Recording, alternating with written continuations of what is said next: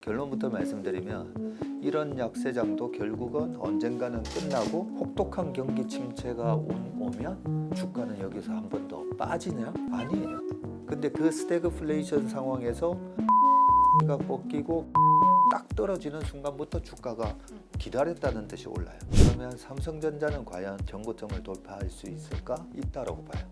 우리 개인 투자자분들이 10년, 20년, 30년 전에 주식 투자해서 망했다는 스토리를 보면 전부 다 잡주 투자해서 망한 거예요. 제가 계속 명품 기업을 지금 박앤세일 할 때 사야 된다라고 말씀드리는 게 이런 명품 기업들은 전부 다 전고점을 돌파한다고 보시면 돼요. 이미 산 주식 말고 이 하락장에서도 솟아날 구멍이 있는 업종이나 종목까지 얘기해달라고 하면 안 되겠죠? 네.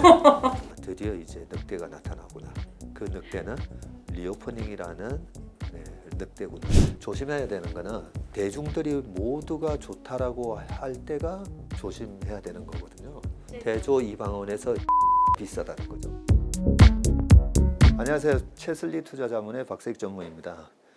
요즘 주식시장이 너무 힘듭니다. 이 페드의 공격적인 이 금리 인상이 앞으로도 계속 지속된다고 그러고 내년 초에는 혹독한 경기 침체가 올 수도 있다.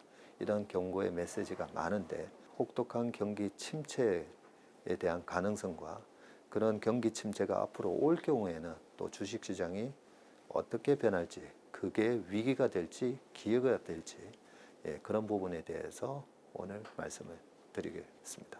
언제까지 이런 하락이나 어려움이 좀 계속될지. 결론부터 말씀드리면 이런 약세장도 결국은 언젠가는 끝나고 결국 S&P 500 그리고 우리나라 코스피 전부 다 전고점을 회복할 거예요. 이 약세장이 언제 끝날 건데?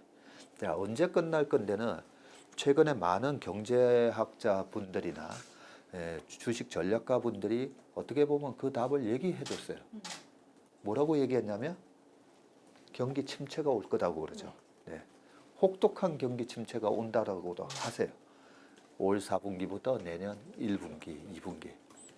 자, 그러면 혹독한 경기 침체가 오면 주가는 여기서 한 번 더 빠지냐? 아니에요. 우리가 초등학교에도 배워요. 주식시장은 경기에 선행하는 지수라고. 경기 선행 지수라고 우리가 초등학교, 중학교, 고등학교 때 다 배운 내용이에요. 경제학을 공부를 안 해도. 그러면 이번에 주식시장이 생각보다 더 많이 빠졌어요. 저도 2,300이 깨질 거라고는 전혀 예상을 못했습니다. 작년에. 그러면 왜 이렇게 35%나 급락하는 시장이 전개됐을까? 혹독한 경기 침체를 주식시장은 알고 있었구나. 자, 그러면 혹독한 경기 침체가 와요. 오면 어떤 일이 벌어지냐면 금리가 떨어지게 돼 있어요. 그렇죠?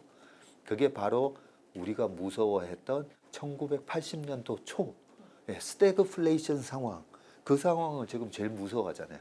근데 그 스태그플레이션 상황에서 CPI가 꺾이고 금리가 딱 떨어지는 순간부터 주가가 기다렸다는 듯이 올라요. 그런 현상이 이번에도 재현될 거다라고 보는 거죠. 그러면 저처럼 긍정론조가 아니고 굉장히 비관적으로 보시는 분들이 하는 얘기가 이번 4Q 내년 1Q라는 거죠. 바로 앞전에 6월 14일 날 10년물 국채금리가 3.47을 찍고 그러고 나서 7월 8월 중순까지 나스닥의 테슬라가 거의 50% 올라가고 했던 그 모멘텀이 뭐였나? 그 모멘텀은 바로 10년물 국채금리가 3.47에서 2.6을 깨는 그런 식으로 80bp가 금리가 빠지면서 주가가 그냥 올라왔던 거예요.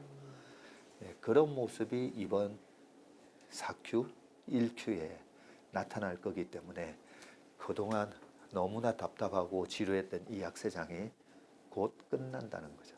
삼성전자 소액주주가 작년에 500만이었는데 올해 상반기에 600만이 다들 590 몇 만이 돌파했죠. 지금 어떻게 보세요? 일단 좋은 점부터 말씀드리면 삼성전자는 그러면 전고점을 돌파하느냐, 그렇죠? 제가 아까 S&P 500 전고점 4,800 돌파할 거예요. 5,000 넘어갈 겁니다. 그리고 우리나라 코스피도 3,300 넘어갈 거라고 그랬죠. 그 기간은 아무리 길어도 3년 안에 돌파할 수 있다고 봐요. 네. 그러면 삼성전자는 과연 전고점을 돌파할 수 있을까? 있다라고 봐요. 예, 그렇게 결론부터 말씀드리고 내년, 내후년 정도에 반도체 사이클이 돌아오면서 예, 과거에는 반도체 사이클이 뭐 4, 5년 이렇게 걸릴 경우도 있었어요. PC에서 윈도우가 버전업 될 때마다 3에서 한 5년 사이에 도래했었는데 지금은 반도체 사이클이 더 빨리 돌아와요. 예, PC, 모바일, 서버 그리고 앞으로 자율주행, 인공지능까지 예, 그렇게 돼 있기 때문에 반도체 사이클이 더 점점 좁아지고 있어요. 그러면 2년 안에 삼성전자가 다시 9만 원 정도까지만 간다고 가정을 해도 7만 5천 원 평균 단가에서 15,000원은 더 벌게 되는 거죠. 그러면 20% 이상 수익이 나요. 우리 개인 투자자분들이 10년, 20년, 30년 전에 주식 투자해서 망했다는 스토리를 보면 전부 다 잡주 투자해서 망한 거예요. 그런데 지금은 다 우량주잖아요. 네. 자, 아까 삼성전자뿐만 아니라 네이버 100만 명, 카카오 210만 명. 네이버와 카카오 같은 주식은 우리가 많이 쓰고 계시잖아요. 네. 그죠? 하루 종일 핸드폰 쳐다보면서 가장 많이 들어가 보는 앱이 네이버랑 카카오잖아요. 그 안에서 전자상거래도 하고 네이버는 또 제페토라는 미래 메타버스 세상을 또 만들고 있고 그런 여러 가지 카카오는 말 그대로 우리가 뭐 단톡방에서 점점 더 많은 그 데이터를 주고받고 있기 때문에 광고 수익이 늘어날 수밖에 없죠. 그리고 물가가 올라갔으니까 당연히 택시비, 라면값도 오르듯이 광고 단가가 당연히 올라가게 돼 있어요. 그래서 이렇게 독보적인 시장 지배력을 가진 기업들은 다음 주식 호황 사이클에 항상 정고점을 돌파하게 돼 있어요.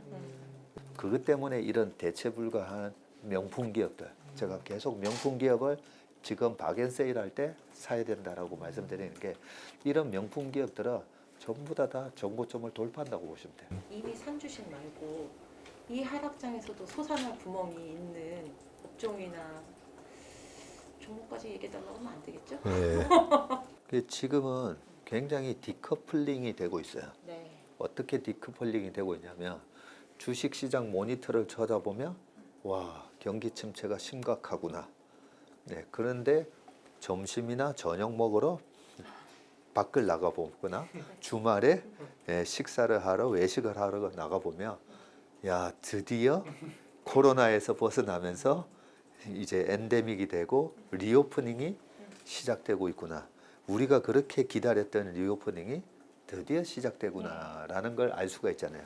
리오프닝이 저도 재작년부터 리오프닝이 될 거다라고 봤다가 늑대 소년이 됐잖아요.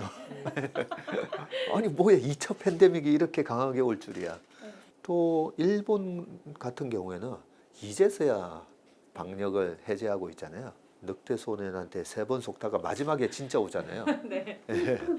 그래서 이번에도 또 속는 거 아니야? 이런 마음이 있기는 하지만 우리 실생활에서 이거는 확인할 수가 있잖아요. 네, 확인할 수가 있어요. 그런 거 보면 이제 일본하고 한국의 인천공항하고 하네다공항 이런 노선들이 빠르게 지금 회복되고 항공편이 증설되고 있고 이런 걸 보면 드디어 이제 늑대가 나타나구나. 그 늑대는 리오프닝이라는 늑대구나라는 생각을 조금 하고 있습니다. 조심해야 되는 거는 대중들이 모두가 좋다라고 할 때가 조심해야 되는 거거든요. 우리가 보면 태양광이 10년 동안에 계속 30%씩 성장을 했어요. 태양광은 30% 성장을 했었는데 왜 2007년도에 시장을 주도했던 동양제철화학, 지금은 OCI, 그 주식은 거의 90%가 빠졌어요. 시장은 성장했는데 왜 빠졌지? 엄청난 경쟁자들이 들어와서 폴리실리콘을 생산을 하면서 서플라이가 너무 많아져 버린 거죠. 그리고 그 경쟁자가 누구냐면 제일 무서운 중국 경쟁자라는 거죠. 그래서 중국의 경쟁자들이 시장에 들어오면 저는 그 시장이 빨갛게 변하는 느낌을 받는 데죠. 소위 레드 오션화 되는 거죠. 네, 그런 걸 보면 과거에 조선도 그랬고 좀 전에 태양광도 그랬고 2차 전지 주식은 또 다들 좋다라는 걸 알고 있으니까 왜 많은 사람들이 다 좋다라는 걸 알고 있는 게 위험하냐면요. 비싸지기 때문에 그래요. 작년에 카카오가 다 좋다라고 인지했을 때 PBR이 14배까지 갔을 때잖아요. 비싸져서 위험한 거예요. 그러면 2차 전지가 지금 비싼지 안 비싼지를 따져봐야 되는데 2차 전지 소재 기업들의 PER이나 PBR을 보면 2023, 24, 25년도에 이 고성장을 다 반영을 하고 있어요. 그래서 비싼 가격에서 거래되기 때문에 조금 조심을 해야 된다라고 말씀드리고 싶습니다. 대조 이방원에서 2가 비싸다는 거죠. 2차 전지. 가상화폐에 대해서는 제 머리로는 공부를 해도 아직까지 잘 모르겠더라고요. 예, 그러면 잘 모르면 투자하지 않는다는 원칙. 예, 원칙이 왜 중요하냐면요. 위험을 피할 수가 있어요. 이런 원칙으로 인해서 잘 모르면 투자하지 않는다. 예.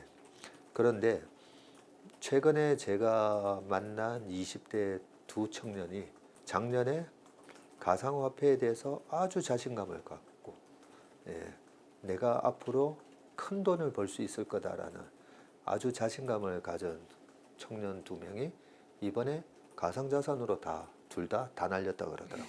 공교롭게도 똑같은 시기에 저를 찾아와서 다 날렸다 그래요. 제가 또 그런 말을 하거든요. 투자를 할 때 부자 마인드로 투자라고. 네.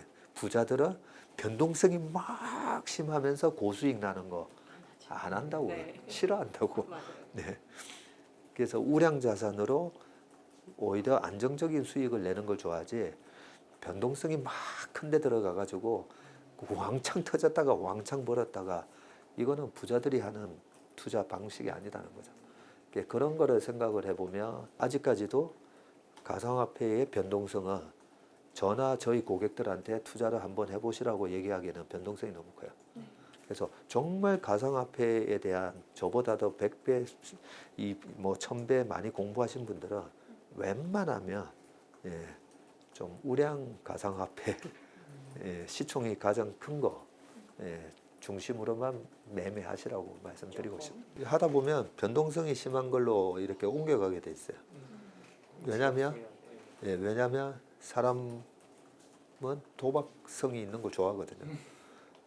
왜 도박이 중독되겠어요? 재밌으니까. 터지는데도 재밌잖아요. 카지노 가서 내 돈 다 잃을 거 뻔한데도 가서 계속 하는 게 그거는 도박성에 대한 중독이거든요. 그래서 주식도 자꾸만 보면 허접한 주식으로 자꾸 가게 돼 있어요. 주식 시장에는 투자자가 한 15% 있고 85%는 투기꾼들이라고 보면 돼요. 실제 그래요, 실제. 그래서 내가 투자를 하러 들어왔는지 투기를 하러 들어왔는지 근데 많은 분들은 내가 노후에 경제적 자유를 얻기 위해서 내 돈을 일하게 하고 내 돈을 투자한다라고 해서 주식에 들어왔다가 투기꾼으로 막 바뀌어요. 시간 너무 많이 내주셔서 감사하고요.